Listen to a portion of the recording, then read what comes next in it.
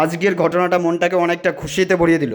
Indian railway দিন দিন ট্রেনের স্পিড যত বেশি ইনক্রিজ করছে, এই প্রবলেমগুলো লোক পাইলটদের বেশি ফেস করতে হচ্ছে। বেশিরভাগ ক্ষেত্রে এদেরকে বাঁচানো সম্ভব হচ্ছে না, কিন্তু আজকের ঘটনাটা একটু ব্যতিক্রম।